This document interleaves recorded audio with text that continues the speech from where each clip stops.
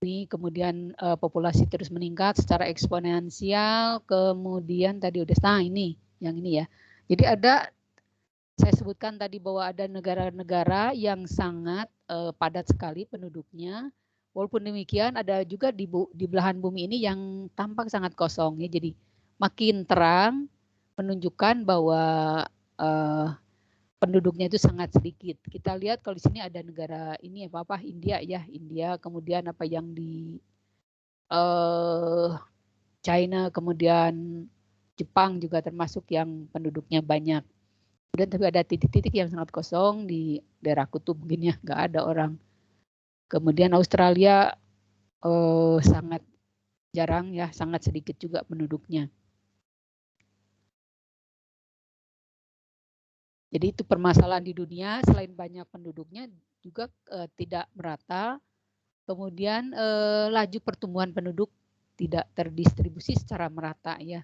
Ada kalau di sini terlihat bahwa tadi ada jumlah yang penduduk padat itu kan di daerah sekitar ini ya, kemudian Asia Timur, Asia Selatan, Asia Timur juga ya. Tapi ternyata kalau di sini dilihat bahwa Afrika juga termasuk lajunya itu tinggi. Tapi kalau secara total population dia belum merupakan yang tertinggi dunia ya. Ada negara-negara di Afrika yang termasuk padat penduduknya. Kemudian, nah ini apa sih yang menyebabkan pertumbuhan populasi itu? Jadi yang pertama kita lihat itu adanya yang disebut total fertility rate. Jadi total fertility rate itu merupakan faktor kunci. Faktor total fertility rate itu merupakan kemampuan seorang wanita untuk menghasilkan keturunan yang fertil ya. Kemudian selain itu ada juga ditentukan oleh kelahiran imigrasi. Sebenarnya kalau imigrasi itu menyebabkan populasi di mana yang paling padat ya, makin banyak imigrasinya mungkin makin banyak negara itu mempunyai penduduknya. Ini adalah data-data tahun 2021 ya, yang di sini terakhir ditunjukkan bahwa suatu saat ini akan menurun nih rata-rata jumlah anak yang dilahirkan seorang wanita. Jadi ada data yang menunjukkan bahwa makin abadnya meningkat, maksudnya 2021, 2022 dan seterusnya itu ada kecenderungan bahwa total fertility rate itu per region itu menurun. Walaupun kita sebenarnya kan takut tadi populasi, bukan takut, sebenarnya ada kekhawatiran bahwa penduduk di dunia itu meledak sangat banyak, tapi kalau dilihat dengan total fertility rate per region, tapi per region ya, bukan total sedunia, sebumi, ada kecenderungan menurun. Nah, jadi memang ada kecenderungan di saat ini bahwa perempuan melahirkan anaknya itu dalam jumlah yang lebih sedikit dibandingkan dengan orang tuanya. Kalau orang tua ya sekitar ibu saya misalnya, biasanya anaknya generasi ibu saya itu anak-anaknya banyak, lebih dari 5 orang. Keluarga kami sendiri terdiri dari 9 bersaudara ya, jadi sangat banyak sekali. Tidak hanya keluarga saya, keluarga yang generasi saya itu banyak keturunannya. Tapi kalau saat ini kalian lihat sendiri aja, dosen kita aja misalnya ya, ibu-ibu dosen itu biasanya putra putrinya itu tidak banyak, 2, 1, 3, yang 5 itu jarang, yang 4 jarang, biasanya hanya 2 atau 1, malahan ada yang 1 atau yang tidak punya anak ya. Kemudian kita lihat faktor penyebabnya, faktor penyebab pertumbuhan populasi ya.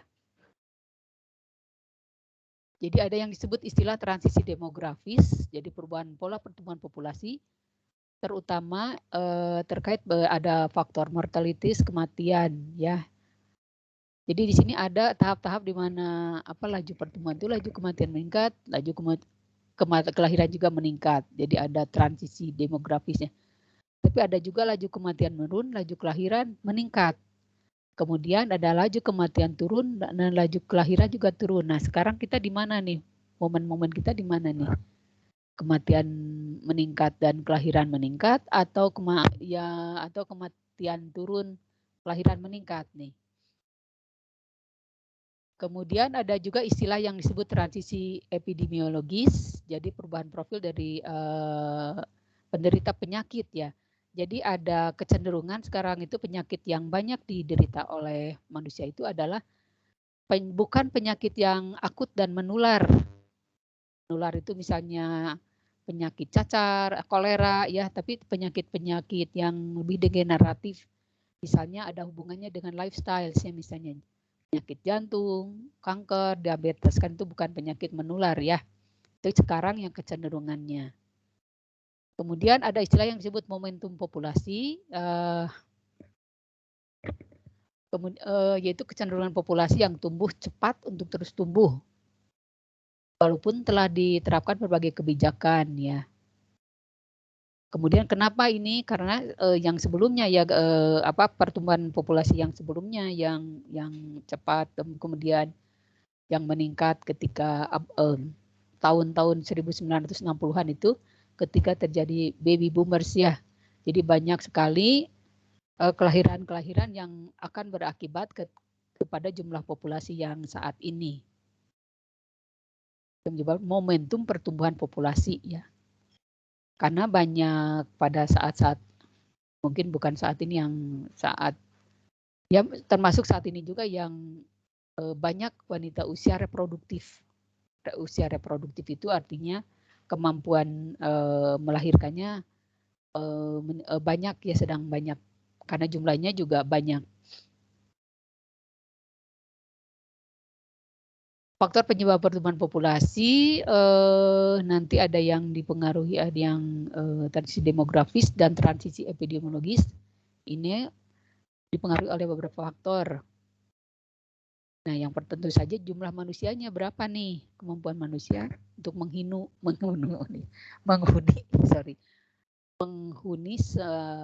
hampir semua iklim dan habitat dari bumi ya. Kemudian bagaimana pertanian, kemajuan dari pertanian, karena pertanian itu ada hubungannya dengan kemampuan manusia untuk menyediakan pangan untuk manusia juga ya, untuk menyediakan pangan untuk dunia. Kemudian perbaikan sanitasi, layanan kesehatan. Nah, ini ada hubungannya dengan jumlah mortalitas ya, mortalitas. Bagaimana tingkat mortalitas itu dipengaruhi oleh tentu saja oleh tingkat kesehatan yang ada. Perbaikan sanitasi, layanan kesehatan, dan teknologi medis. Sebenarnya kalau secara teknologi medis itu sudah sangat mumpuni kalau kata saya sih ya. Tapi yang masalah di dunia ini adalah ketidaksamaan, jadi ke distribusi kemampuan ya, maksudnya distribusi sarana-sarana fasilitas kesehatan itu tidak merata di dunia. Negara-negara maju mungkin untuk mendapatkan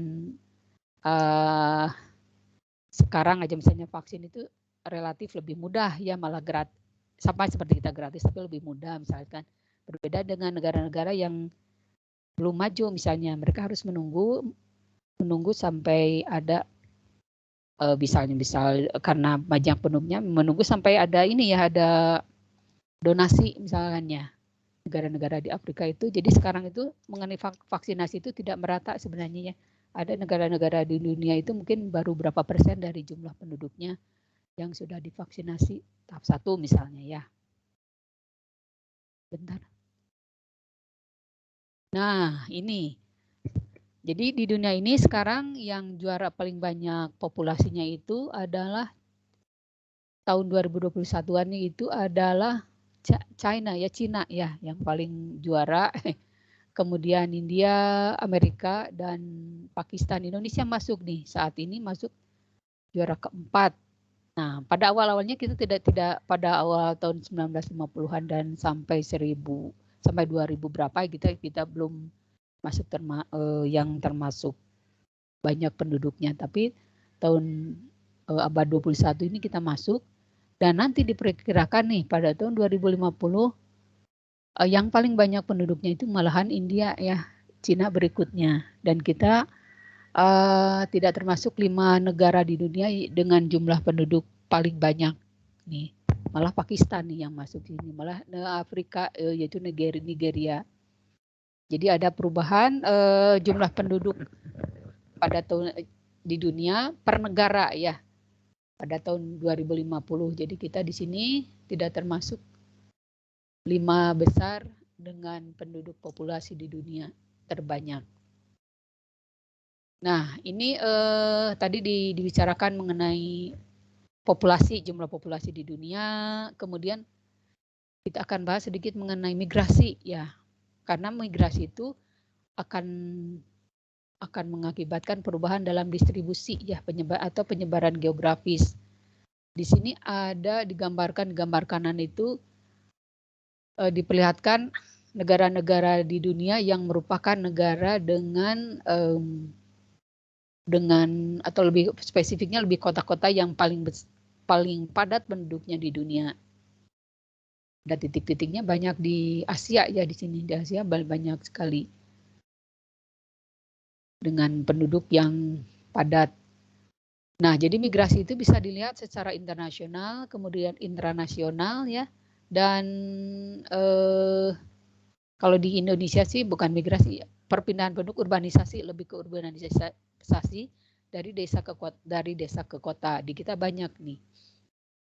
Nah, kalau yang internasional biasanya migrasinya itu tentu saja untuk mendapat kehidupan yang lebih baik tentu saja ya. Kemudian kemampuan untuk bekerja di sana, misalkannya sektor-sektor bekerja di negara-negara tertentu mungkin selain gajinya lebih tinggi, mungkin masih kesempatannya masih banyak, nah itu yang dicari juga.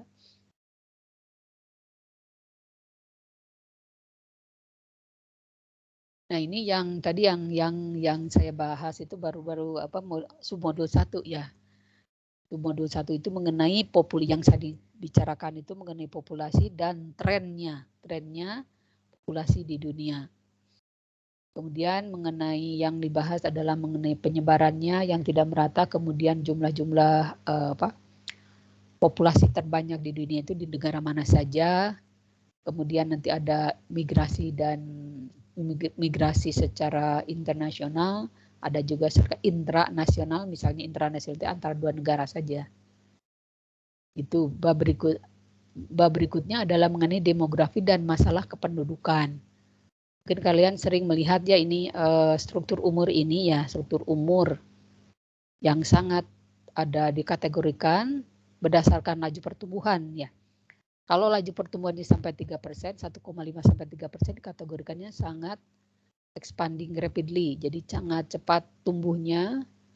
Kemudian kalau antara kurang dari 1,4% ya, 0,3 sampai 1,4% itu jadi lajunya slowly, lambat ya. Kemudian yang ini ada yang declining dan ada yang stabil ya, ada yang stabil 0,02, kemudian ada yang negatif malah ya. Negatif. Jadi kalau yang negatif dilihat di sini dari umur ininya, rentang umurnya yang paling banyak di mana nih? Rentang umur yang banyak di misalnya yang ini yang negatif itu di yang orang tua lebih banyak ya, relatif lebih banyak. Kalau di negara-negara yang expanding rapidly, mungkin kita masuk sini ya, expanding rapidly atau ini nih antara ini dan ini. Expanding rapidly, jadi yang anak usia anak-anak dan usia masa produktif yang tinggi ya, bisa dilihat di sini. Jadi kalau dilihat di sini ada yang declining, malah yang negatif. Saya kira ini termasuk Jepang dan negara-negara Eropa bagian barat ya, kalau nggak salah di sini. Jadi sudah negatif malahan. Nah, kalau dilihat struktur populasi dunia berdasarkan gender, coba kita kembali ke sini, ada perbedaan secara gender nggak nih? Menurut kalian kelihatan nggak ada perbedaan wanita dengan laki-laki, apakah proporsional atau tidak, misalkan lebih banyak laki atau lebih banyak perempuan? Coba ada Foni, coba lihat Foni dari ini struktur umur ini. Menurut Foni, apakah jumlah laki-laki dan perempuan seimbang atau tidak? Misalnya lebih banyak laki atau lebih banyak perempuan. Silakan Foni. Halo Ibu, suara Halo, saya udah ya. kedengeran belum ya? Ya, jelas kedengaran ya. Oke, ya. Saya rasa kalau melihat dari grafik yang ditunjukkan untuk sekarang rasio perempuan sedikit lebih banyak ya Ibu daripada laki-laki. Jadi sudah tidak seperti yang di grafik pertama yang paling kiri, tapi sudah lebih tebal yang di bagian perempuan. Yang ini kan kita negara mana coba? Kita negara mana? Kita kalau struktur umurnya yang mana? Yang pertama, kedua, ketiga, keempat menurut Foni. Satu atau kedua aja coba. Kalau 3, 4 enggak deh. Sepertinya yang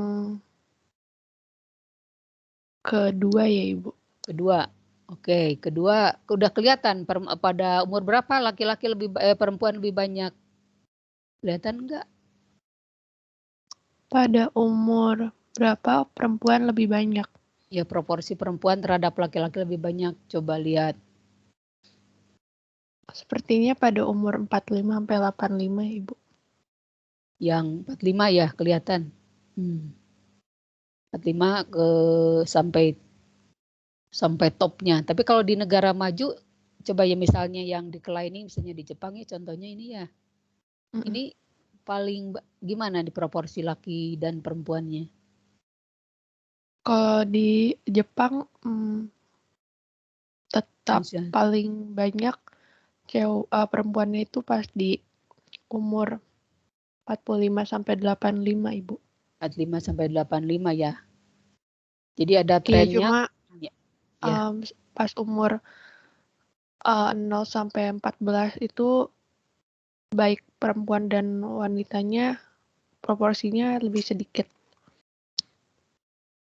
Proporsi lebih sedikit. Yang di negara mana nih? Yang Semua di negara Jepang. atau di Jepang. Relatif sedikit perempuannya. Iya, jadi bukan maksud saya maksud saya di Jepang proporsi antara wanita dan pria itu di usia 0 sampai 14 lebih sedikit dibandingkan usia 45 sampai 85. Tapi kenapa jadi banyak ya proporsinya jadi ketika tua jadi lebih banyak perempuan? Kenapa ya menurutmu apa?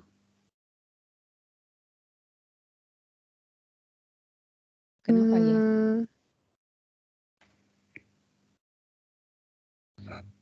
Mungkin karena apa itu ya bahasanya? Kalau di negara maju life expectancy masing-masing individu lebih lama dibandingkan di negara berkembang. Laki perempuan. Iya, baik laki dan perempuan. Ya sebenarnya kalau sekarang di dunia aja ya, kalau saya lihat sih dari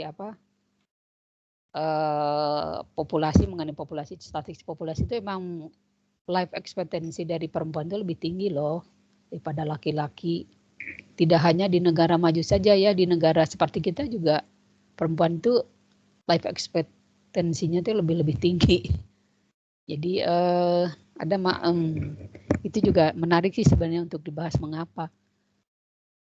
Oke, tapi kita lanjut saja. Nih, ini juga ada proporsi piramida struktur populasi dunia nih antara 1950 sampai 2100. Ini data-datanya, jadi data proyeksi sebenarnya ya. Jadi kalau proyeksi itu berdasarkan data-data yang sebelumnya, ini membandingkan antara laki-laki dengan perempuan di jumlah ininya. Kelihatan di sini sih memang ada pada tahun-tahun tertentu itu memang akan ada tren yang perempuan itu relatif lebih tinggi, lebih lihat aja nih, lebih banyak dari laki-laki. Ada trennya, tren ke arah sana. Kok itu mengenai proporsi lanjut. Nih sekarang ini membandingkan di berbagai negara ya, di berbagai negara. Tapi kita fokus saja ke Indonesia nih ya. Jadi saat ini tahun 2021 jumlah penduduk Indonesia itu kurang lebih 276 juta. 276 juta ya, dilihat di sini. Yang paling banyak umur berapa ya ini? Kalau dilihat di sini. Coba Lydia. Ya Bu, Ya coba gimana? yang paling banyak ya Bu umur produktifnya, umurnya ya Bu.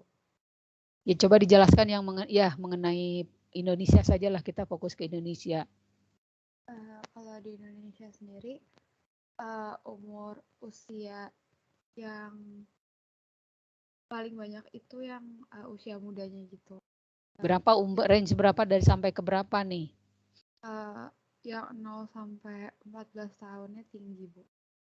0 sampai 14. Nah, Ya. kalau ini saya kalau 0 sampai 14 tahun, perencanaan apa yang harus pemerintah fokuskan? Coba pemerintah Indonesia fokuskan. 0 sampai 14 banyak, jadi harus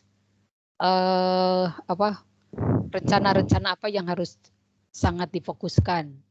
Coba IC coba. IC Humairah apa ini? Iya, Humairah ya. Coba menurutmu apa sih fokus pemerintah supaya tidak keteteran nih? Yang paling banyak 0 sampai 14 nih. Jadi harus apa nih? Fasilitas apa yang harus disediakan misalnya? Menurut saya sih yang pertama itu vaksinasi ya Ibu, supaya nanti mereka bisa tumbuh jadi sehat gitu Bu. Sama yang kedua itu adalah menurut saya sih pendidikan sih Ibu. Betul. Supaya nanti ketika mereka memasuki usia produktif 15 sampai 64 tahun mereka jadi individu yang berpendidikan. Terus apa lagi? Ada kesehatan, pendidikan, apa lagi ya? Saya baru kepikiran segitu sih Bu. Baru kepikiran itu. Kalau Nida, menurut Nida apa Nida? Halo Nida. Sebenarnya sama Bu kayak IC. IC. Ya sebenarnya sama jawabannya. Cuman ya kalau yang saya pikirin emang lebih penting di usia segitu tuh tentang pendidikannya sih Bu. Pendidikan ya. Pendidikan, tapi harus sehat juga. Jadi kata IC harus divaksinasi semua nih. Oke. Tapi mengapa ada orang yang tidak yakin bahwa vaksinasi itu baik ya, atau maksudnya enggak guna lah? Coba ada yang bisa jawab enggak? Yang lain ini pertanyaan rada sulit, tapi nggak apa-apa lah, ngarang aja kalian bisa coba. Coba apa?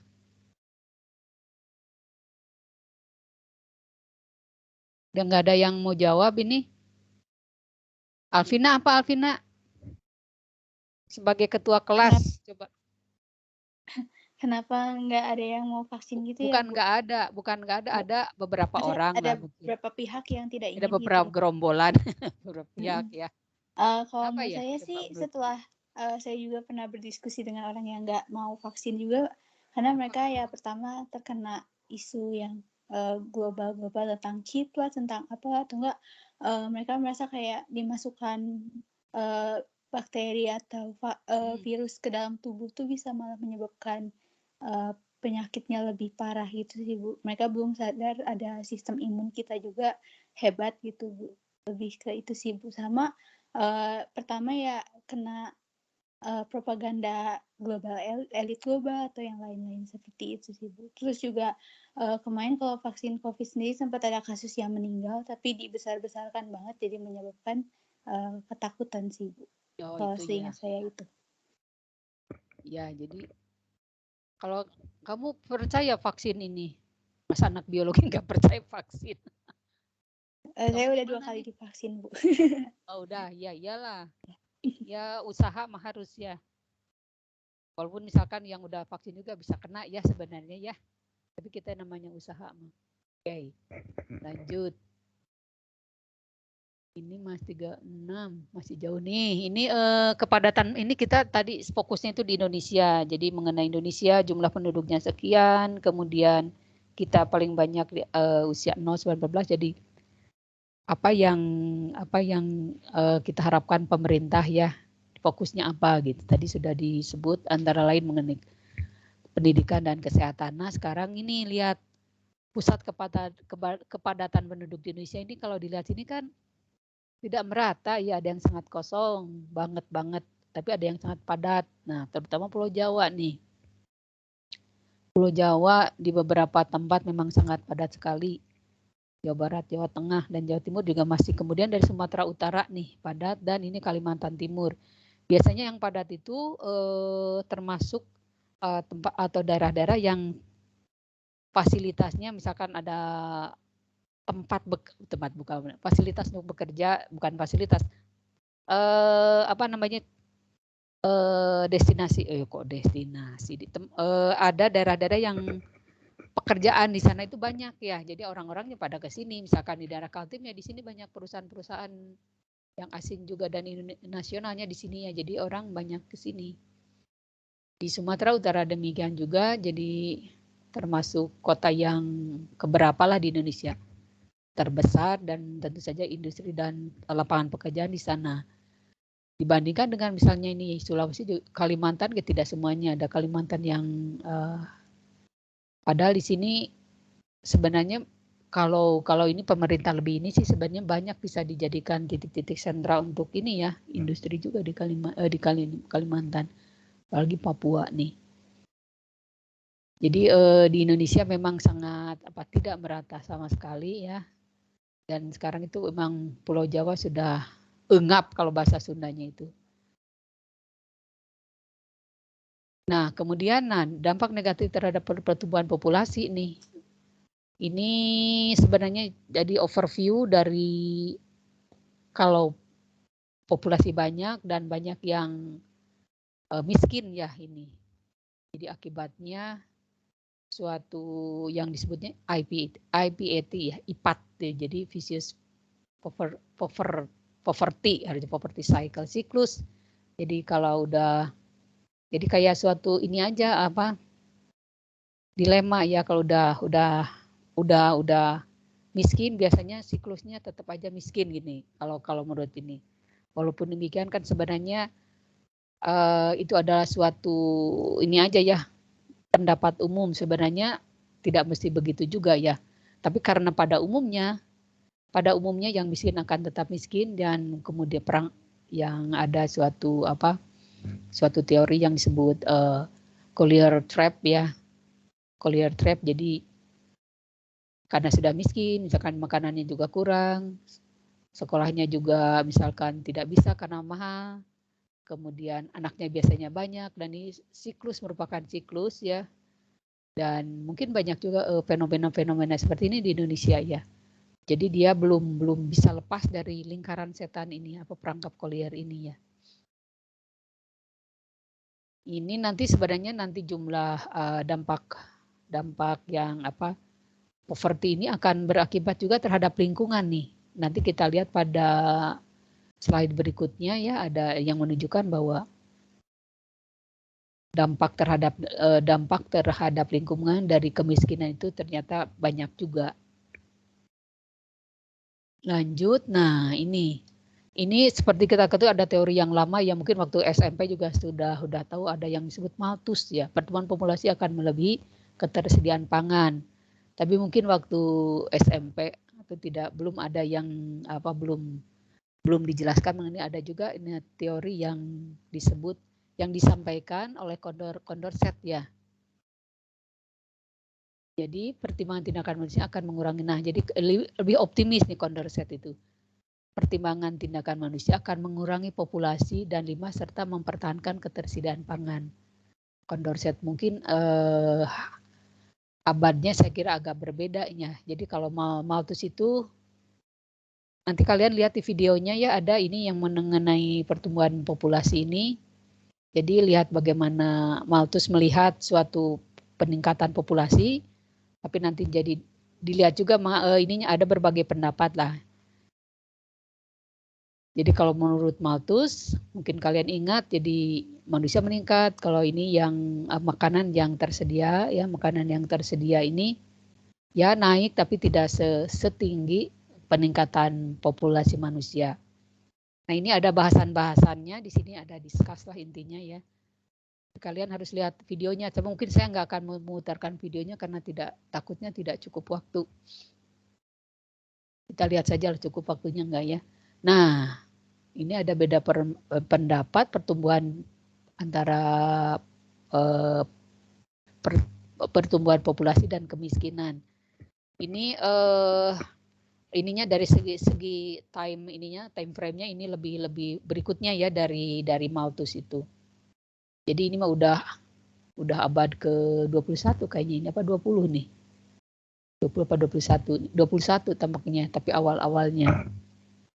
Nah, ini jadi dicoba ada ini di apa maksudnya adu mana yang benar, pendapat Ehrlich atau Simon ya. Kalau kata Ehrlich, populasi akan melampaui kapasitas keberlanjutan bumi.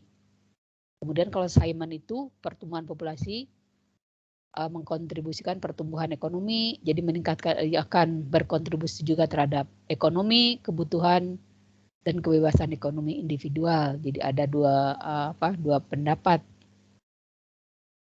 Kemudian ini bertaruh mereka itu ya, bukan mereka taruh pada tahun 1980 terkait dengan komoditas pada dekade berikutnya. Jadi pada dekade berikutnya berarti pada 10 tahun berikutnya ya. Siapa yang benar nih, Ehrlich atau Simon? Nah, awalnya ternyata kalau dilihat-lihat memang harga-harga itu meningkat ya. Harga komoditas, turun secara signifikan nih. Jadi Ehrlich pendapat Ehrlich itu benar gitu ya. Karena harga-harga itu tidak meningkat seperti yang ditakutkan oleh Ehrlich, tapi turun secara signifikan. Karena pada saat itu teknologi bisa menekan harga-harga barang atau komoditas sehingga tidak meningkat tajam ya. Jadi berpendapat bahwa Ehrlich itu berpendapat bahwa teknologi akan mampu mengatasi kelangkaan sumber daya alam. Kemudian, pada tahun 2010 ternyata dalam jangka panjang itu ternyata harga komoditas itu meningkat. Di sini bisa dilihat ya, di grafik bawah ini akan bisa kelihatan bahwa akan ada peningkatan terutama barang-barang tertentu meningkat. Nah, jadi kalau dalam waktu 10 tahun mungkin, betul yang Simon itu ya. Tapi ternyata dalam waktu yang panjang, lebih dari 1 dekade itu ternyata terdapat peningkatan harga-harga barang, terutama barang-barang tertentu yang di sini disebutkan ya. Nah, ini digambarkan bahwa yang memberikan, yang kalah itu ya intinya dalam waktu panjang, tapi yang menang karena dia berpendapat bahwa dalam waktu yang pendek akan menurun. Itu yang mengenai perbedaan pendapat. Kemudian ini sudah bentar masih ada. Itu yang submodul yang ketiga nih. Ini tadi kita bicara mengenai tren populasi dunia, kemudian yang kedua mengenai Indonesia, bagaimana di Indonesia, dan yang ketiga kita akan lihat manusia dan degradasi modal alamnya. Manusia hubungannya dengan degradasi modal alam, yang disebut modal alam itu ekosistem bumi ya, ekosistem bumi. Nah, modal alam di sini disebutkan apa sih yang sudah terlihat saat ini ya? Yang saat ini adalah peningkatan yang dikhawatirkan dan yang sudah terlihat saat ini adalah peningkatan pemanfaatan sumber daya alam. Kemudian limbah makin banyak dan kita makin bingung ya bagaimana mengolahnya. Di antaranya yang kita misalnya nanti sekarang ini kita sudah banyak menggunakan masker ini mau dikemanakan nih yang masker yang banyak ini ya. Memang sudah ada ya sebenarnya usaha-usaha supaya masker itu bisa di-recycle. Tapi dibandingkan dengan proporsi masker yang diproduksi mungkin baru seperberapanya ya makanya memang harus tidak hanya 1 orang, 2 orang atau 1000 orang yang berperan, tapi harus kalau kata saya harus semua ya ini karena pasti ini tidak akan terselesaikan masalahnya misalnya oleh pemerintah saja itu saya kira asa nggak mungkin gitu ya jadi harus bantuan masyarakat. Kemudian limbah, kemudian degradasi lingkungan sih kalau saya yakin kalian sudah melihat dengan mata sendiri yang bagaimana degradasi ini. Degradasi lingkungan mulai dari yang kecil-kecil sampai yang besar. Kemudian peningkatan pencemaran air, udara, dan tanah. Sudah kita rasakan ya udara bagaimana. Dibandingkan aja 5 tahun yang lalu ketika misalkan Anda tinggal di kota itu, kemudian 5 tahun yang lalu, atau 5 tahun yang bisalah 5 tahun yang lalu misalkan mengenai udara segarnya pada pagi hari saja ya misalnya. Kemudian kondisi vegetasi aja ya kalau biologi itu melihatnya lingkungan kan ya jadi kita bisa melihat dari udara, air. Udah seperti dulu enggak gitu ya. Kemudian transportasi. Memang kita banyak dapat kemudahan ya, tapi tentu saja bayarnya juga ke lingkungan ya. Kalau kita pemerintah kurang ini hati-hati aja bisa kita emang nyaman misalkan kemana-mana bisa pakai transportasi yang gak usah jalan kaki ya tapi akibatnya tentu saja yang contohnya saja misalnya ke pencemaran udara ya salah satunya. Nah ini kembali kalau mengenai modal alam itu kembali kita harus membicarakan mengenai carrying capacity atau daya dukung.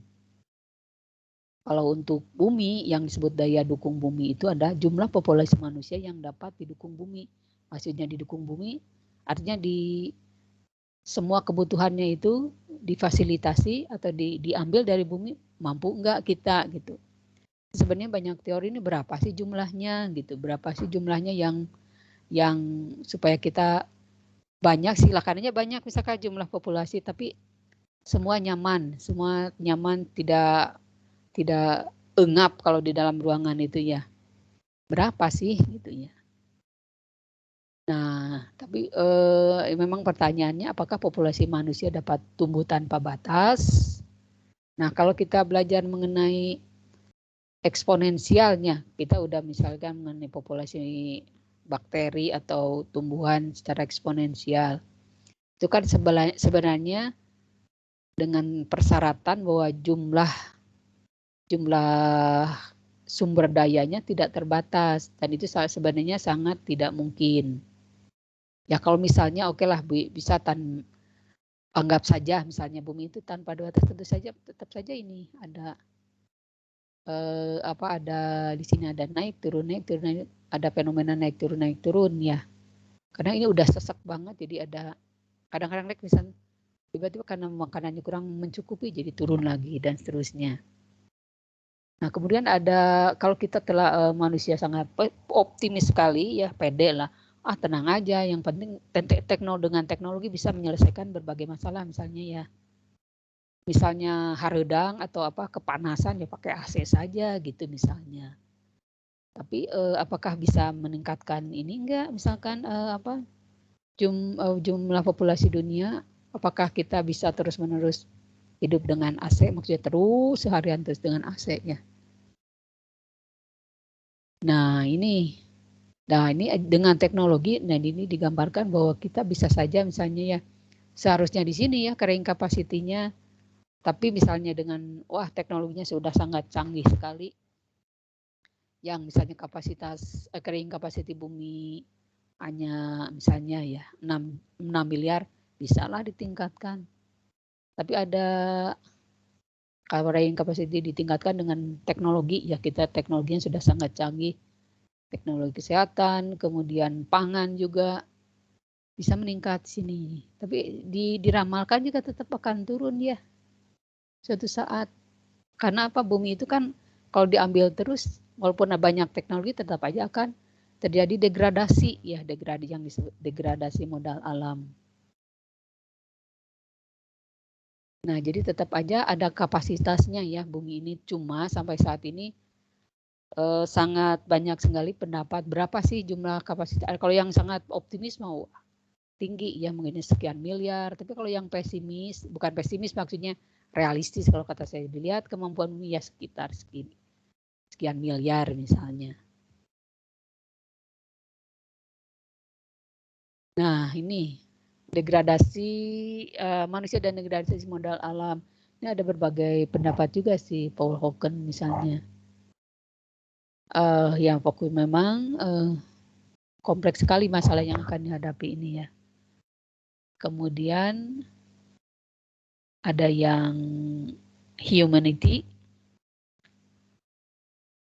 yang mempresentasikan fenomena unik satu-satunya spesies. Nah, ini memberi dampak humanity, memberi dampak lingkungan sangat besar, yaitu manusia dalam waktu singkat dan terus meningkat. Itu manusia ya, manusia, aktivitas manusia dan kemanusiaan terlalu bagus mungkin. Manusia menunjukkan spesies yang mempunyai fenomena yang unik terhadap bumi ya, menunjukkan karena dalam waktu yang singkat kita bisa melakukan berbagai hal yang luar biasa ya, yang luar biasa itu dalam tanda kutip menyangkut ke degradasi bumi ya. Di sini digambarkan bagaimana aktivitas-aktivitas ini telah menyebabkan berbagai permasalahannya.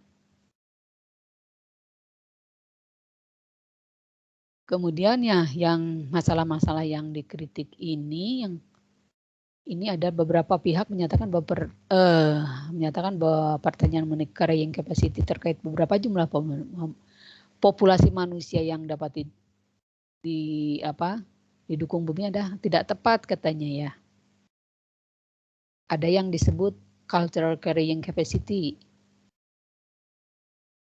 Berapa jumlah manusia yang dapat hidup wajar dengan nyaman dan merdeka tanpa mengurangi kemampuan bumi mendukung kehidupan generasi berikutnya nih. Yang berikutnya adalah the myth of overpopulation. Nah, jadi berpendapat bahwa meski saat ini pertumbuhan populasi global menurun menuju stabilitas populasi, masalah lingkungan tetap bertahan karena sumber utamanya bukan overpopulasi, tapi kita overkonsumsi. Ya, jadi bukan karena manusianya, tapi karena konsumsinya yang banyak nih. Jadi degradasi lingkungan terjadi juga gitu. Kemudian the myth of overpopulation. Nah, ini tadi sudah dibahas sebenarnya overpopulasi, tapi sebenarnya katanya sih yang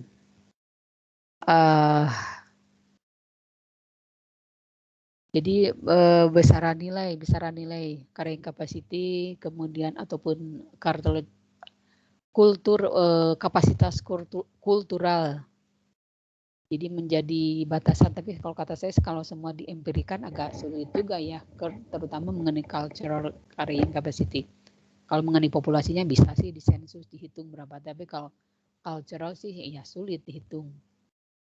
Nah, walaupun demikian kita ada positifnya ya, kita bahwa kita mempunyai kemampuan intelektual otak yang inilah ya, di kapasitas otak, sehingga teknologi juga ya ada teknologi. Walaupun kita juga tahu bahwa ternyata tidak semua teknologi bisa menjawab permasalahan ya.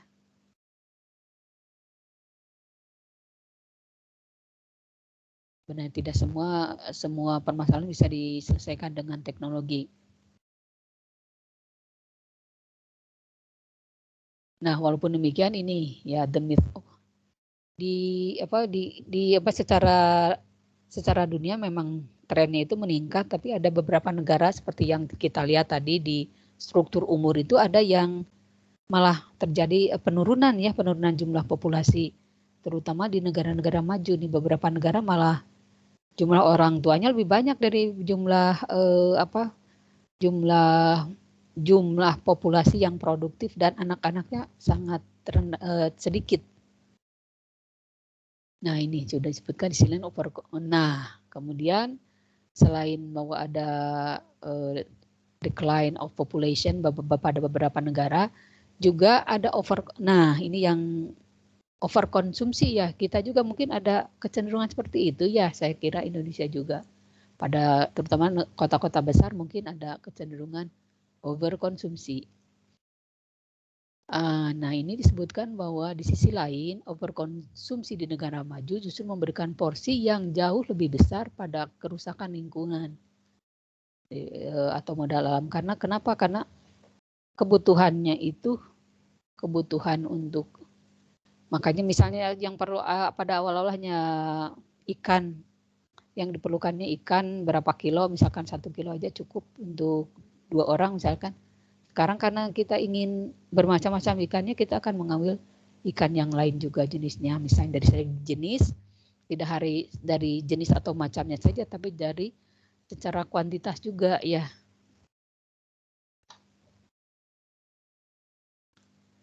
Nah, ini Country Overshoot Day.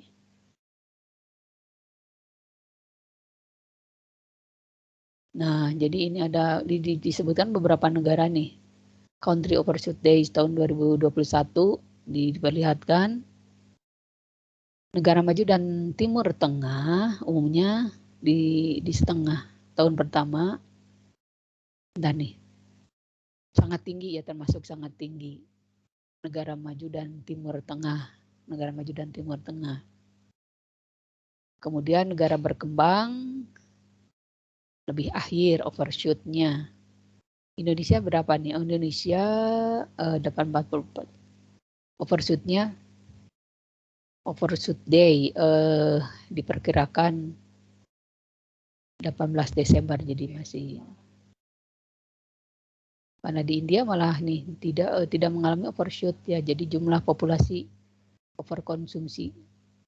Jumlah populasi atau tingkat konsumsinya negara maju dan Timur Tengah yang paling tinggi. Overshoot, kemudian nah ini nanti ada beberapa pertanyaan yang bisa kita lihat sih sebenarnya di videonya. Apakah artinya kita bisa menyimpulkan bahwa masalah jumlah populasi tidak lagi relevan dan tidak perlu dianggap penting? Nih ada pertanyaan yang sekarang itu, karena kita sudah berpendapat ya, bukan kita aja, maksudnya berbagai ahli itu berpendapat bahwa sebenarnya yang penting itu teknologi bisa menyelesaikan berbagai masalah, dan kemudian ada beberapa negara yang menunjukkan bahwa sekarang itu trennya itu bukan meningkat populasinya, malah decline. Nah, ini kita sudah bahas ya mengenai ecological footprint. Ini ecological footprint kita bahas pada minggu pertama kalau tidak salah ya.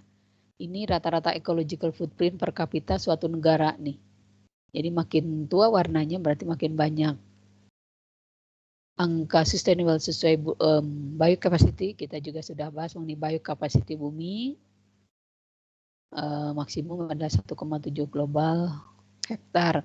Nah, Indonesia dan India kalau di sini ini ya, perhatikan India dan Indonesia memiliki angka per kapita yang relatif sustainable. Jadi yang warnanya agak pudar itu jadi termasuk yang sustainable ya, India dan Indonesia ini. Tapi coba kita lihat berikutnya. Nah, tapi kalau dilihat dari total ecological footprint dari populasi suatu negara, ternyata India, perhatikan nilai total footprint India dan Indonesia terhadap jumlah penduduknya. Kalau dilihat per jumlah penduduknya, termasuk yang total ecological footprint-nya tinggi ya, tapi kalau dikembalikan ke sini, ini sustain. Jadi mungkin ada paradigma yang agak berbeda nih. Kalau di total ecological footprint-nya kita tinggi nih, kalau di sini termasuk tinggi lah ya. Tapi IDA itu sangat tinggi. Ya, yang ini proporsional terhadap jumlah penduduknya. Kemudian di sini memperlihatkan ini ya. Nah, di sini meski memiliki footprint per kapita yang rendah, India dan Indonesia tetap mengalami defisit biokapasitas. Ini dilihat dari biokapasitasnya ya. Menunjukkan defisit biokapasitas yang proporsional terhadap populasi. Pada masing-masing negara ini dilihat dari biokapasitas. Nah, ini tadi ini kita akan bahas mengenai hubungannya populasi dengan kemiskinan dan lingkungan ya. Masalah populasi, kemiskinan dan lingkungan. Jadi yang saya sebut tadi ecological model IPAT ya, IPAT. Jadi yang dilihat itu adalah mengenai populasi. Ini dibandingkan secara simplifikasi sih sebenarnya antara negara maju dan negara berkembang.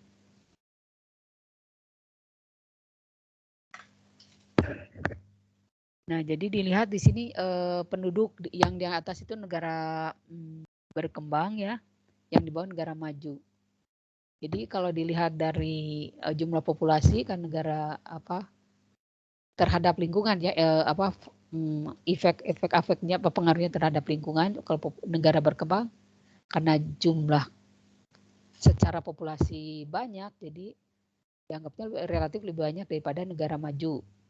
Kemudian kalau dari penggunaan apa yang udah lupa deh ini yang penting untuk pangan dan sandang pangan ini negara maju lebih banyak menggunakan misalkan untuk electricity ya banyak menggunakan energi jadi pengaruhnya terhadap lingkungan lebih banyak dari negara maju dibandingkan negara berkembang karena masih menggunakan misalkan energinya energi yang dihasilkan dari tenaga manusia kalau ini sudah energi elektrik misalnya ya yang perlu sumber-sumber daya energi. Kemudian berikutnya pollution bukan ini polusi polusi yang dihasilkan untuk negara yang negara maju itu pasti lebih banyak ya lebih banyak daripada negara berkembang dan kemudian pencemaran ya akhirnya kalau pencemaran sama-sama saja ya baik dari negara maju maupun negara berkembang ini lihat hampir sama ininya. Jadi pada akhirnya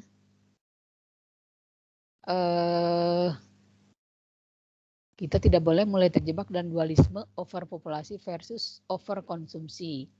Keduanya memiliki pola masing-masing dalam konteks pembentukan dampak pola manusia berupa jumlah fisik manusia itu maksudnya jumlah populasi manusia secara fisikal ya. Kemudian dan tingkat konsumsi modal alam per individu. Jadi intinya itu mungkin negara-negara yang belum maju berkembang itu secara fisik jumlah tingkat populasinya tinggi, tetapi mungkin tingkat konsumsi per orang itu tidak sebanyak dari negara-negara yang maju ya. Jadi pada akhirnya terhadap lingkungan itu sama saja gitu, secara total itu sama saja. Nah itu yang ketiga ya. Ini yang terakhir, jadi tadi kita melihat permasalahan dari masalah mengenai populasi, kemudian sedikit mengenai lingkungan, dan yang terakhir dicoba bagaimana solusinya ya, solusi supaya sustain, bagaimana supaya bumi itu sustain. Ya jadi tadi sudah disebut ya, pengulangan juga. Jadi yang dibahas di sini yang akan dicari solusi berkelanjutannya yaitu jadi dari jumlah penduduknya, kemudian tingkat konsumsi per kapita ya. Jadi gini, pendekatannya gimana nih? Jadi di sini sebutkan pendekatan yang digunakan perlu diarahkan untuk menjawab keduanya secara proporsional. Nah ini jadi dilihatnya apa saja nih, dari lihat aspek energi, makanan, cities ya kota, kemudian planet secara keseluruhan dan populasi. Di sini ada di bawahnya yang biru itu, misalnya untuk city, how we design and manage cities. Kalau energi, how we power ourselves. Kalau food, how we feed ourselves. Ini ada dicoba dari 5 aspek itu ya, yang untuk penyelesaiannya. Nah, yang pertama tadi populasi. Jadi populasi ini sebenarnya kalau dilihat ada yang transisi hipotesisnya ada dihipotesiskan transisi demografis dunia ini, misalnya beberapa negara yang baru berkembang misalkan seperti ini ya strukturnya. Suatu saat dia akan menjadi lebih ramping lagi yang ini, dan kemudian diharapkan ini suatu saat banyak negara yang sudah stabil ya populasinya. Jadi yang disebut stabil itu jadi di sini jumlah anak-anak yang berumur sampai 14 tahun itu tidak sebanyak dari usia-usia di atasnya. Nah ini bagaimana caranya nih untuk mengurangi pertumbuhan penduduk. Yang pertama perkembangan ekonomi. Ekonomi untuk apa? Supaya yang orang-orang yang miskin itu berkurang. Yang kedua peningkatan status perempuan nih. Jadi mengapa harus ditingkatkan status perempuan? Biasanya ini fenomena-fenomena bahwa perempuan yang mempunyai anak lebih sedikit dan berpendidikan, jika mereka berpendidikan dan mempunyai pendapatan sendiri, biasanya mereka punya hak. Jadi mempunyai ini apa? Dia bisa mempunyai kemampuan untuk mengatur sendiri, itu artinya terserah dia mau anaknya berapa. Beda lagi kalau misalnya perempuan itu tidak berpendidikan, kemudian tidak bekerja, biasanya itu dia mengenai jumlah anaknya itu dia tidak mempunyai peranan berapa mau punya jumlah anak ya. Tidak mempunyai peranan untuk menentukan itu hak-haknya ya, menentukan hak dia punya anak atau tidak, misalnya punya anak 1 atau 2 terserah dia, itu nggak ada biasanya seperti itu. Jadi ini kunci utamanya nih supaya mengurangi penduduk menurut para ahli itu demikian ya. Jadi di sini bisa dilihat di grafiknya. Ini misalkan jadi ketika awal-awal kan manusia sedikit ya, jumlah manusia sedikit, nanti ketika industri meningkat, kemudian pada suatu saat diharapkan sih jumlah manusia itu stabil dan malah menurun kalau bisa. Jadi seperti ini ya, diharapkannya seperti ini nih. Ini suatu hipotesis ya. Kemudian pertumbuhan penduduk salah satunya kan supaya mortalitasnya bisa berkurang, tapi bisa dengan cara apa nih? Salah satunya dicontohkan Indonesia nih, mengurangi pertumbuhan penduduk. Tapi Indonesia itu saat ini tidak seperti tahun-tahun dekade-dekade sebelumnya ya, yang dikategorikan sebagai berhasil kita. Saat ini dianggapnya kita malah kurang berhasil ya. Jadi memang diharapkan itu perencanaan keluarga secara sehat dan memperhatikan hak asasi manusia ya. Kemudian dampaknya itu luar biasa sebenarnya kalau diikutkan mengenai hak asasi manusianya. Jadi tidak ada keterpaksaan mempunyai anak berapapun juga ya, misalnya seperti itu. Right based family planning, tapi tentu saja ini harus ininya perempuannya ya, yang terutama perempuannya supaya dia berpendidikan, kemudian mempunyai pendapatan sendiri. Pendapatan sendiri itu bukan berarti dia harus menjadi PNS atau kerja kantoran, tidak seperti itu ya. Nah, kemudian mengurangi konsumsi modal alam per kapita. Nah, ini mengurangi konsumsi modal alam per kapita, jadi tentu saja caranya bisa bermacam-macam nih. Misalnya salah satunya aplikasi teknologi yang tepat untuk menurunkan konsumsi energi. Kemudian cleaner energy. Kemudian sustainable agriculture. Nah, ini jadi menciptakan bagaimana caranya menciptakan sustainable agriculture. Saya kira sih sekarang sudah banyaknya breakthrough atau apa ide-ide mengenai agriculture yang sustain. Saya kira sudah banyak sekali. Mungkin masih dalam taraf bisa penelitian atau sudah diaplikasikan tapi belum menyeluruh. Tapi juga ada yang sudah mulai digunakan ya di banyak negara. Kemudian mengurangi konsumsi modal alam per kapita. Ini modal alam per kapita. Circular economy and zero waste industry. Nah, ini sudah juga sebenarnya diterapkan. Jadi supaya mengurangi konsumsi, mengurangi degradasi modal alam dengan cara supaya sumber-sumber alam itu tidak hanya untuk generasi kita saja, tapi untuk generasi keturunan kita ya. Nah, ini akan dibahas berikutnya pada baru berikut. Nah, ini sebenarnya jadi ini apa nih? Sebenarnya apa nih? Coba ini Alvina, coba kamu tunjuk ya anak laki-laki supaya menjelaskan yang ini. Coba Alvina, siapa? Halo Alvina. Ya, siapa anak laki? Anak laki belum saya tunjuk dari tadi. Dari tadi belum ya, Bu? Ya, silakan anak laki sekarang suruh menjelaskan ini. Mungkin Yusfado, Bu.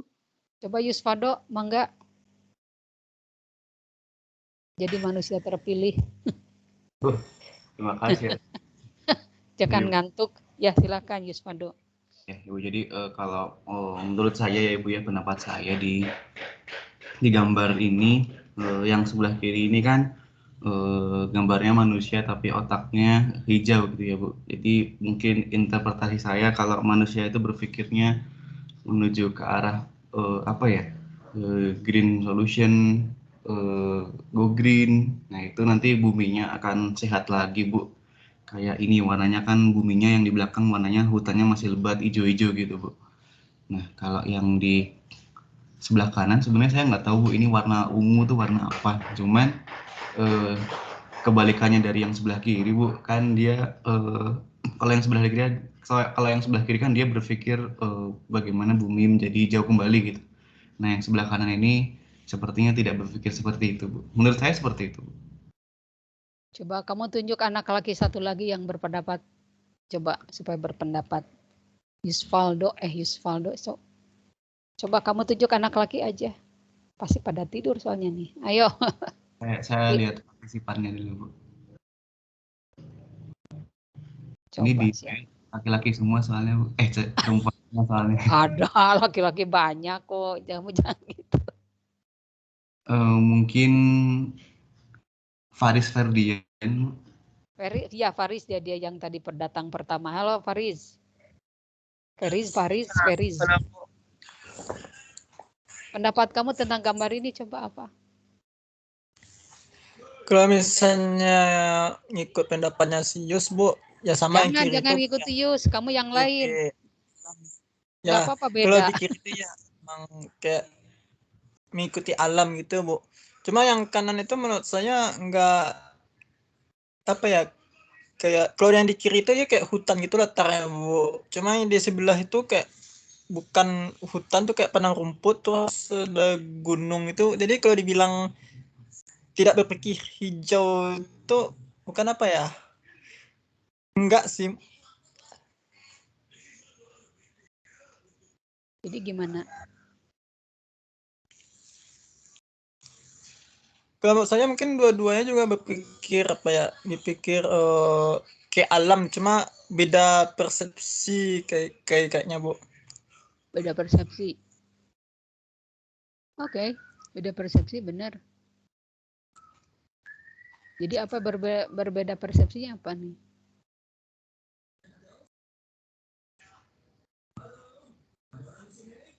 Nggak salah kalau misalnya berbeda ya Bu. Kalau di kiri tuh hutan tuh berpikir ke alam Bu. Yang di kanan itu tuh kalau misalnya nggak berpikir ke alam itu latarnya tuh harusnya nggak kayak gitu Bu. Mungkin kayak pencemaran gitu latarnya atau pabrik itu. Cuma di sini latar tuh malah kayak bunga-bunga terus ada Segar juga penuh kan rumput. ya. Segar juga kan bunga. Jadi menurut saya ya dua-duanya sama-sama kayak alam, cuma beda ekosistemnya mungkin. Beda ekosistemnya. Oke. Ya bisa karena manusia itu kan berbeda-beda ya pandangannya ya. Kalau yang lain coba yang Faris sudah. Ada ibu-ibu lagi. Yang mau menjawab enggak? Kalau tidak ada, lanjut slide berikutnya. Alvina, anak perempuan suruh bicara lagi ya, anak perempuan. Kan kita nanti akan populasinya paling banyak nih nanti. Coba. Ibu apa? Alvina tunjuk satu orang lagi. Ya Faris saja Bu yang menunjuk. Hah? Oh Faris yang kamu nggak berani nunjuk. Enggak Bu, saya kan sudah oh iya. Ya laki-laki lagi. Faris menunjuk laki-laki. Masa cuma 2 orang. Satu lagi coba terakhir. Laki-laki juga Bu. Iya laki-laki aja lah. Perempuan aja tadi ngejawab. Laki coba ke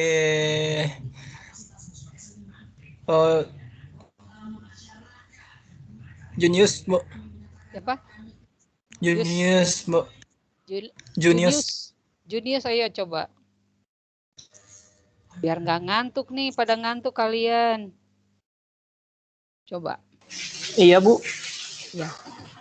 Gimana menurut kamu sama enggak pendapatnya? Agak beda pendapat. Boleh sama, boleh enggak, silakan sajalah. Untuk ya Bu, terkait dengan pembahasan kita tadi ya. Ya, betul. Oh, kalau menurut saya sih sebenarnya kalau untuk gambar ini keduanya ya mikirin alam ya Bu ya. Mau gimana pun manusianya, mau gimana bedanya, mau gimana geografinya. Ya kita gimana pun mau mikirin alam. Karena tadi balik lagi, meskipun masalahnya yang awalnya kita pikirkan overpopulasi gitu ya. Kita selesaikan masalah overpopulasi, tapi overpopulasi yang terselesaikan tidak menyelesaikan masalah kita gitu. Pada akhirnya ya kita harus bersatu lagi gitu untuk mikirin alam apapun dan dimanapun culture kita Bu. Ya gitu sih Bu menurut saya. Menurut Junius Salim seperti itu.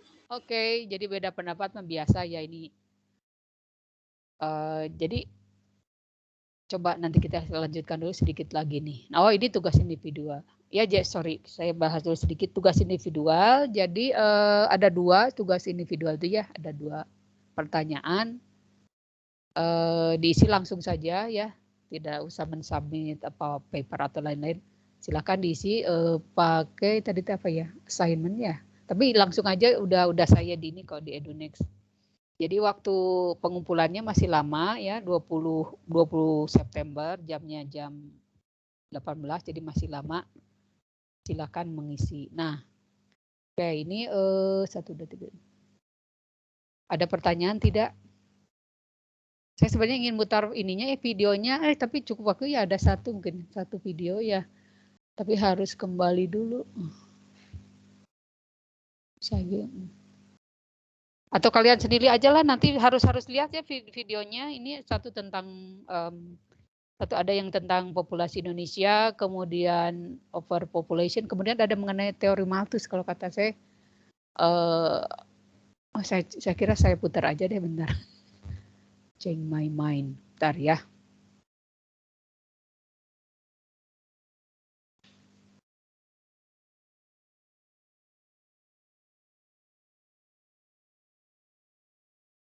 Tapi udah jam berapa nih? Bentar.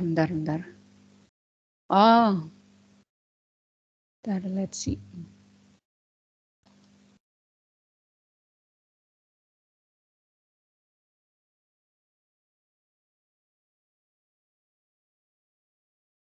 Tampaknya nggak akan cukup waktu. Ini ada 3, soalnya ininya filmnya ya. Jadi nanti saya tugaskan aja kalian melihat ya. Itu harus sudah ada ini sendiri. Jadi sekarang sorry, ada yang bertanya nggak? Kalau tidak ada bertanya, kalau tidak ada yang bertanya, coba saya ingin satu orang mereview. Aduh, banyak nih yang harus direview. Satu, mulai dari awal. Siapa ya?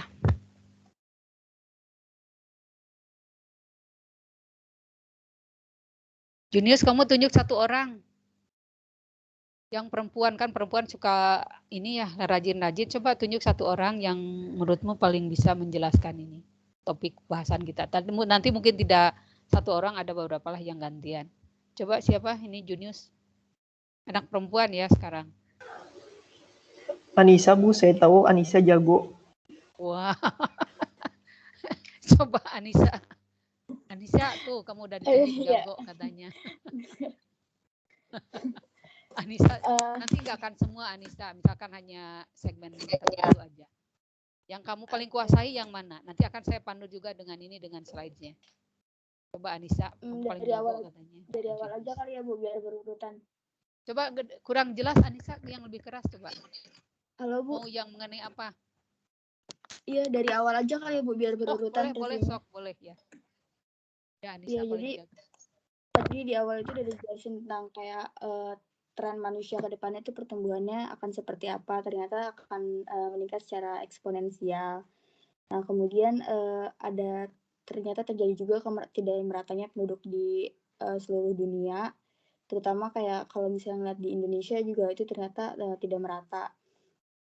Kemudian laju pertumbuhan di dunia juga tidak merata ya, seperti yang sudah dijelaskan. Kemudian disebabkan ternyata ada faktor-faktor tertentu seperti total fertility rate, itu adalah faktor yang menentukan ukuran populasi. Nah, hal itu ternyata perempuan itu secara umum melahirkan jumlah anak yang lebih sedikit. Jadi sebenarnya pertumbuhannya itu menurun, tapi fertility rate pada saat dahulu tuh meningkat dengan tinggi. Kemudian ada juga transisi demografis. Jadi ketika laju kematian tinggi, itu laju kelahiran rendah. Ada 3 tadi yang dijelasin. Terus ada kalau laju kematian yang menurun, itu laju kelahirannya meningkat. Sama ada yang satu lagi, laju kematian turun dan laju kelahiran juga akan turun. Nah, ada juga transisi epidemiologis. Jadi itu ada kayak beberapa penyakit yang bisa menyebabkan emang penurunan populasi. Nah, selanjutnya ada juga faktor penyebab pertumbuhan populasi lain, yaitu ketidakmerataan persebaran populasi yang akibat migrasi sama urbanisasi. Seperti slide ini. Kemudian kalau di Indonesia sih khususnya kayak karena urbanisasi gitu Bu, kalau catatan saya tadi. Mungkin segitu soal populasi sama pertumbuhan manusia di awal. Mau tunjuk yang lain sekarang lah, biar nggak kamu saja. Coba Anissa, kamu tunjuk yang bisa laki bisa perempuan, silakan. Aduh siapa ya? Dari atas aja siapa ya? Abiu deh Bu. Siapa? Abiu. Ya, coba. Iya Bu. Ya. Berarti saya lanjutin dari mulai yang bagian 2 Bu, yang demografi sama masalah kependudukan. Tadi dijelasin ada si bentuk piramida itu berdasarkan umurnya. Nah, ada yang expanding rapidly. Nah, kalau yang itu tuh dia yang umur mudanya yang 0 sampai 14-nya lebih banyak daripada yang umur reproduktif sama yang post reproduktifnya. Terus ada yang expanding slowly. Yang expanding slowly itu kayak yang bawahnya yang umur pre-reproduksinya lebih banyak juga, tapi nggak terlalu signifikan lebih banyaknya gitu. Jadi naiknya tuh apa ya, nggak terlalu bedanya, nggak terlalu jauh gitu. Nah, terus ada yang stable itu, kalau yang stable lumayan stabil jumlah penduduknya di semua umurnya, cuman mengerucut di umur yang post reproduktif. Terus kalau yang declining itu dia umur yang pre-reproduktifnya lebih sedikit daripada yang umur yang post reproduktifnya gitu. Terus Selanjutnya juga tadi dijelasin ada yang tentang piramida struktur populasi dunia itu cuman kayak grafik aja yang nunjukin jadi struktur populasi dunia mulai dari 1950 sampai 2100 yang di sana tuh ada prediksi juga buat sampai 2100-nya. Nah, kayak gitu terus di Indonesia sendiri. Ya, Bu? Ya, teruskan ya. Ya, di Indonesia sendiri tuh kalau dilihat dari grafik yang tadi dia tuh si piramida umurnya tuh masuknya kalau menurut saya ke yang lebih ke yang stabil kayaknya, Bu, kayak gitu. Terus stabil yang mana? Yang ini? Yang keberapa? Iya, Indonesia. Yang kedua, ketiga? A1? Oh, stabil. Kayaknya yang ketiga, Bu. Ketiga, wah hebat kamu. Dan ketiga ya. Nah, terus selanjutnya dikasih tahu juga ada pusat kepadatan penduduk Indonesia yang tadi kayak dijelasin sama Anissa itu ternyata di Indonesia sendiri nggak merata penyebaran penduduknya, lebih banyak di Pulau Jawa sama di Sumatera kayak gitu. Terus ada dampak negatif dari pertumbuhan populasi tadi. Terus dijelasin tentang si poverty cycle ini. Nah, karena kan kalau biasanya yang dari awalnya udah miskin itu nanti siklusnya tuh terus kayak gitu, karena pertama yang kalau dari awalnya udah miskin nanti susah buat dapat nutrisi, jadi kena malnutrisi, terus bisa berujung ke tingkat kematian di anak-anak yang tinggi. Terus kalau misalnya anak-anaknya nggak meninggal gitu, nanti bakalan punya energi buat hidupnya kayak kurang gitu, terus nanti belajarnya susah dan ujung-ujungnya ke poverty lagi kayak gitu, Bu. Terus ada pendapat tentang yang si Malthus sama Condorcet tadi. Kalau yang Malthus tuh dia yang istilahnya tuh tadi yang ini ya, Bu, yang pesimis. Dia pikirnya populasi bakal melampaui si ketersediaan pangannya. Kalau yang Condorcet tuh mikirnya bahwa si tindakan manusia, terus kayak misalnya teknologi segala macam itu, kalau misalnya manusia bisa mengelola dengan benar, itu bisa dipertahankan si ketersediaan pangannya. Jadi nggak bakal terlalu melampaui si ketersediaan pangannya. Nah, terus selanjutnya ada pendapat yang tentang pertumbuhan populasi sama kemiskinan dari Eldridge sama Simon. Nah, dari sini itu si Eldridge tuh si Simon menang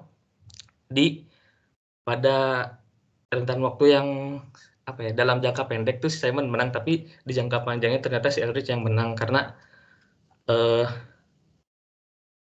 manusia itu dalam jangka panjangnya dia lebih ke ngerusak lingkungan sama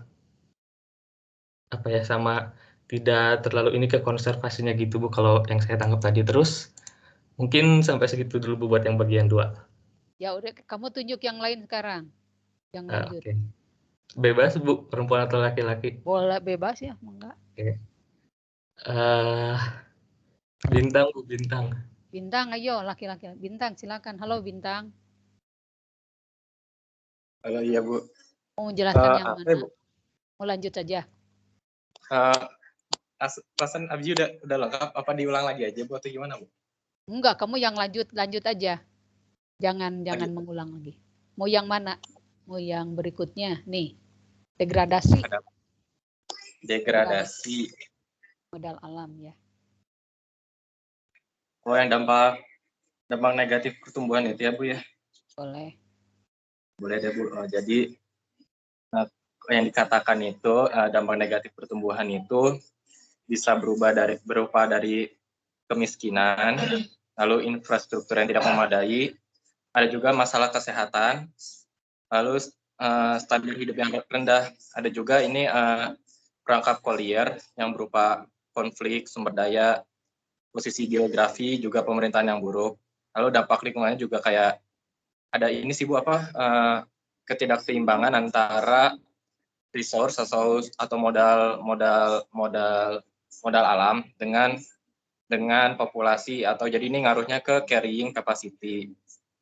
Bentar, kamu yang bicara yang mana ya, kok saya bingung. Iya, saya juga jadi bingung. Saya bukan yang gitu, Bu. Yang mana ya? Udah bab 3 bab yang ini masih yang ini. Collier mah yang bab yang tadi. Kamu yang mana? Ini Condorcet udah tadi. Bukan yang ini kan. Bukan. Oh, bukan yang ini kan? Yang mana Oh, kayaknya? Oh, berarti saya salah maksudnya. Yang kayak harusnya yang. Mau yang mana sekarang? Jangan mengulang lah biar ini segera selesai. Oh gitu. Coba, saya langsung solusi berkelanjutan deh Bu kalau gitu. Oh, loncat. Loncat geningan. Oh, kamu udah sampai sini tadi ya, loncat. Oke lah, nggak apa-apa. Solusi berkelanjutan ya, silakan. Oke Bu, jadi yang disarankan di sini yang dalam kuliah ini yang dikatakan itu solusi berkelanjutannya itu pertama dikatakan itu kurangi populasi, karena dengan itu bisa dengan caranya dengan meningkatkan ekonomi atau peningkatan status perempuan dikatakannya. Lalu ada juga perancangan keluarga yang sehat yang memperhatikan juga HAM dan lain-lainnya. Kemudian itu kan dalam lingkup besar kurangi populasi, lalu ada solusi lain yang lingkup besarnya itu adalah kurangi konsumsi modal alam atau kurangi konsumsi modal alam per kapita. Jadi kita bisa mulai dengan sustainable living, sustainable city gitu ya, kita buat penduduk yang sehat, aplikasi teknologinya yang green ya itulah environmental friendly gitu. Lalu kita juga bisa mulai dengan cleaner energy seperti menggunakan sumber daya alam terbarukan, ya pokoknya sumber energi terbarukan. Lalu juga bisa dengan solusi setelahnya itu dengan sustainable agriculture. Jadi kita buat pertanian untuk memasok pangan kita dengan cara yang bisa tetap menyokong kesehatan ekosistem begitu. Lalu selanjutnya ada circular economy dan zero waste. Jadi ini meminimumkan ekstraksi, konsumsi, dan degradasi modal alam dengan cara memperpanjang lifetime dari suatu komoditas. Jadi kayak bukan komoditas yang sekali pakai buang gitu kayak plastik gitu ya, itu dikurangi. Nah, udah sih Bu, jadi itu aja. Mungkin ada ini juga kalau yang saya catat itu kalau populasi dan modal alam itu berefek pada naiknya penggunaan modal alam, naiknya limbah, naiknya degradasi lingkungan, juga polusi yang naik. Itu Bu yang saya catat tadi. Ya, itu bab terakhir ya. Oke, ini ya, makasih Bintang Tejo. Udah kurang 10. Saya kira perkuliahan sudah ya, jadi tolong tugas ada.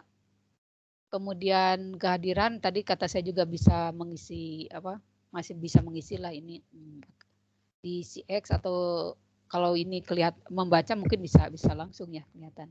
Kan hanya view, kalau saya tulisnya hanya view modul kalau nggak salah.